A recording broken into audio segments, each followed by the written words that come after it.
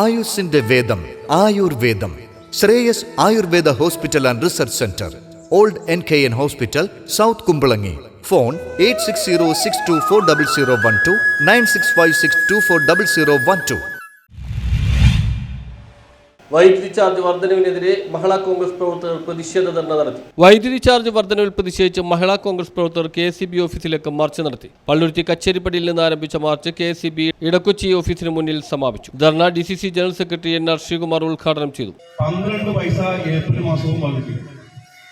അപ്പോൾ ഒരു 2-3 മാസത്തിനിടയിൽ 28 പൈസയാണ് ഒരു യൂണിറ്റിൽ വർദ്ധിക്കുന്നത്.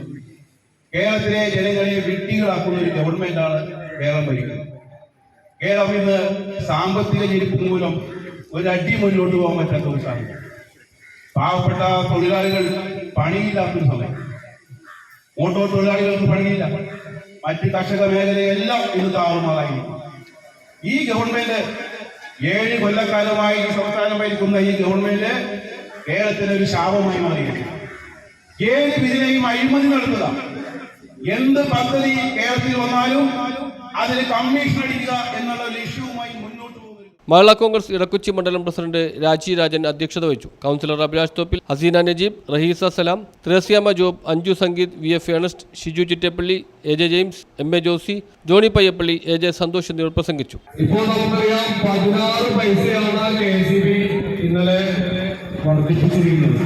ഈ 16 പൈസ എന്ന് പറയുമ്പോൾ നമ്മളൊന്ന് 16 പൈസയിലെ കുഴപ്പമില്ല എന്ന് പറയാം. പക്ഷേ 14 രൂപ മുതൽ 300 രൂപ വരെയാണ് ഓരോ യൂണിറ്റിൽ ഉപയോഗത്തിനനുസരിച്ച് കൂടുവാനായിട്ട് പോകുന്നത്.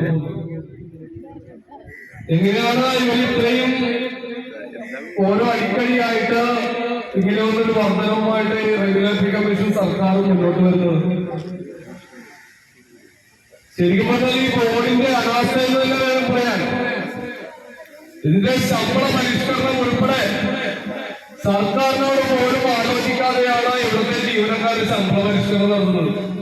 കഴിഞ്ഞിടെ നമ്മൾ വായിച്ചു, ഒരു ഡ്രൈവർക്ക് KSEBയുടെ ഈനേക്കാളും കൂടുതൽ ശമ്പളം 1,40,000 രൂപ.